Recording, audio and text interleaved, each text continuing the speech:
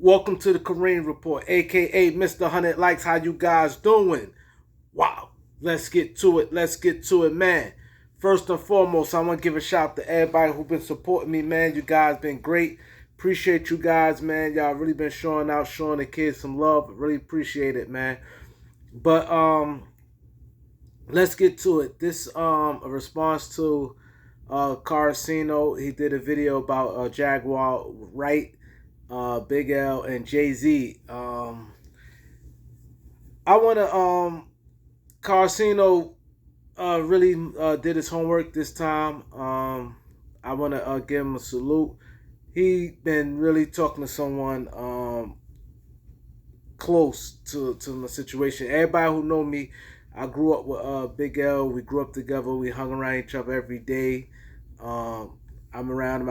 I know him very well, very well. Party like crazy.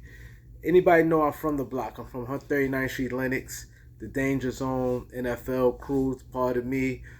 Y'all know I did went away, did Fed time. We had a indictment and things like that. But anyway, I want to get to some of the stuff Karceno said. What Jaguar was saying. First and foremost, I agree with Karceno. Jaguar, I don't, me personally, I hate, I never want to sit there and say who somebody was messing with or not, but I never heard him dealing with Jaguar. Big L, let me tell you something about Big L. He wasn't like the player type, like with a lot of different chicks and things like that. If he had a girl, that's his girl, and he pretty much was with his girl, and he moves. He's real picky and things like that. Not saying he wouldn't mess with. I don't know, but I didn't hear him anything about him messing with Jaguar. But if he did, he did. I don't know. You know what I mean? I don't know about that part. But what Carcino talked about in his video, where Jaguar was insinuating that he was sacrificed. Uh, Big L was sacrificed. That's for Jay Z. That's not true. Jay Z don't have anything to do with nothing. What happened to Big L?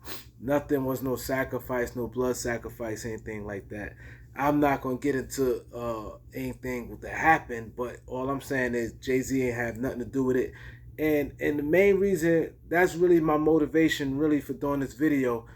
Me personally, one thing I hate, I don't want nobody to lie on me. That's one thing. Do not lie on me. I could take a lot, but don't lie on me. And I think that's wrong. This blood sacrifice, different things like that. Jay Z sacrifice, L sac. That believe me, it had nothing to do with no Jay Z and things like that. But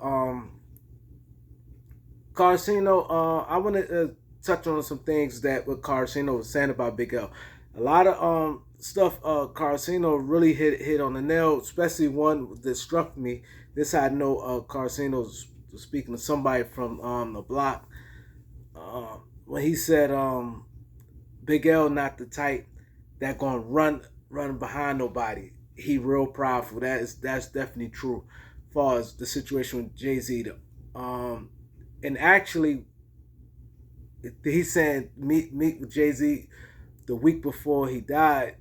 Um, the thing is with that was he been met up with Jay Z. Maybe the week before he died, maybe he was gonna sign the contract thing like that. But I remember that summer, him and Jay Z had talks in the summer. I remember summer '98 they had talks.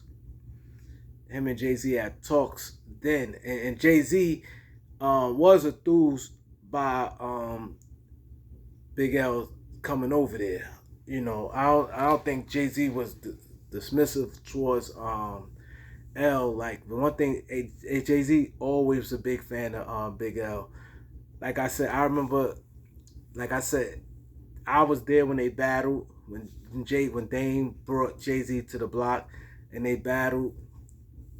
And Big L always was a fan of Jay Z because Big L was a diehard Big Daddy Kane fan. He used to argue with people like crazy, and because he felt Big Daddy Kane was the best MC in the game. This back, Big Daddy Kane was hot.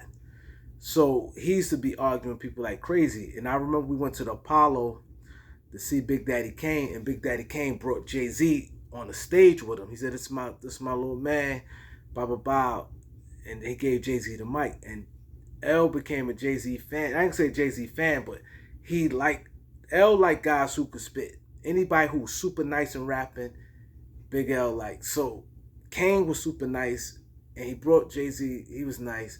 So I remember L and Jay-Z battle, good, great, classic battle.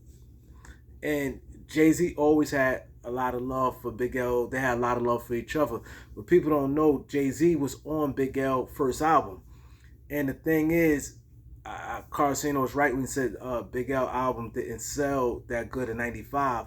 The main reason his album didn't sell in '95 because Big L signed on my birthday in '92. He signed the record deal July 23rd, 1992 on my birthday. I remember it's my birthday. I had a whole bunch of champagne bottles. And this guy from Brooklyn, Irvin Pierre Lewis, he's a professional boxer. He won the fight that night. And I remember L got out the limousine, and he's like, I signed. He signed the deal that day. I remember on my birthday we had bottles. That was like a big day. I was in '92.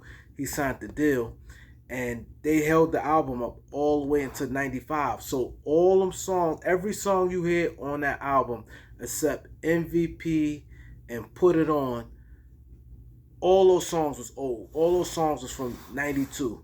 So he had old songs, and they didn't want to give him. They took long to bring his album out, and the simple fact they took long to bring his album out, he was frustrated.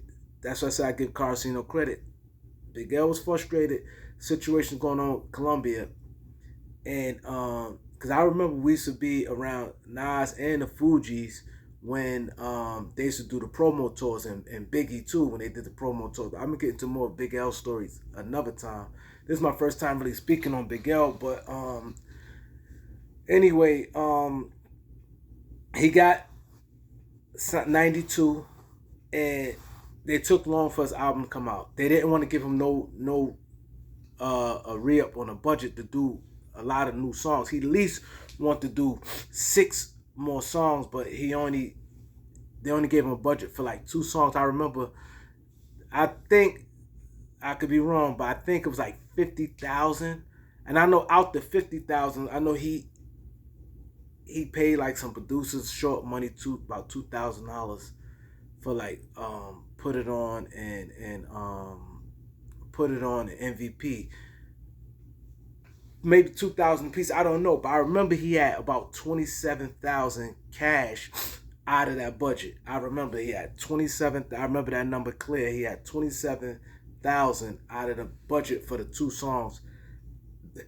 After he paid for producers, maybe video, whatever it was. I don't remember all that. I was into my own thing, getting my money, doing what I was doing. But I remember he had 27,000 cash from the extra money they gave him just to redo 2 songs. So he did 2 songs over. So that was one of the main reasons why he flopped. I mean, his album didn't do good, but he definitely was frustrated with Columbia after that because they didn't really push him like he thought they was gonna push him. Because they really had Nas was like it was Nas, Fugees, and Big L, but in the order they had Nas 1, Nas 1, Big L 2, and Fuji was like the lowest of totem pole. But they didn't know Fugees. Columbia didn't have nobody knew the Fugees was gonna blow up like that. So what happened once the Fugees ended up blowing up like that, and Nas, did what he did, L was like caught in the back burner.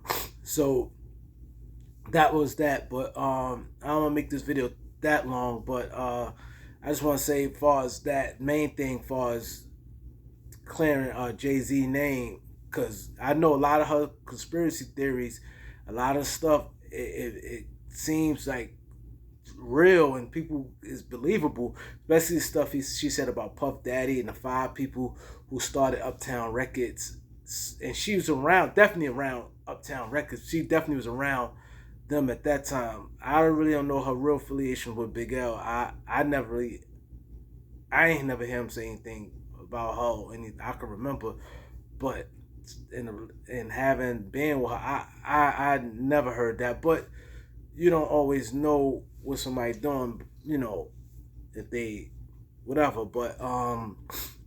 But far as Jay-Z, far as it was a blood sacrifice, that's why Big L died. Definitely not true. And I definitely want to give a shout out to Karceno because this video here, he definitely came correct a lot with the Big L situation. And I know he spoke to someone that's definitely close to the situation. Especially when he said L Ways, because L definitely. I remember he said he's probably gonna do the Rockefeller deal, and it's definitely true that he wanted the label. He wanted Flamboyant. I don't know about the Wolfpack stuff, but I know he wanted the Rockefeller to bring on Flamboyant Records. That I know he wanted that have some type of power because his thing was crazy. He felt that Jay-Z at the end of the day is an artist, and far as when you sign to an artist, it's always tricky. And one thing I give L a lot of credit, L was ahead of the game for a long time because he thought that way. What a lot of these guys think now, like when you sign to an artist. So yeah, you had Dame Dash on the business side, but at the end of the day, Jay-Z's an artist, and he ain't know where he's gonna fall a priority list. But that's why he really pushed more so for the label to give him some balance and power, and that's why because he started the Flamboyant entertainment, he wanted to bring that with the Rockefeller to give him more power and more strength inside that Rockefeller camp. But like I said, Jay-Z definitely was happy for Big L. I remember I seen Jay-Z in the Garden, and we said what up to each other back in I think 96. 96. I used to always go to a lot of Knicks games back then, and I saw him at the game. We like, yo, what up? And then he's like, yo, so small talk. But anyway, that's just what it is. I need you guys to like, comment, share, subscribe. Follow me on IG, Laker_Kareem. Shout out to Karceno, Jay-Z, Jaguar. Shout out to everybody. It's all love. Peace.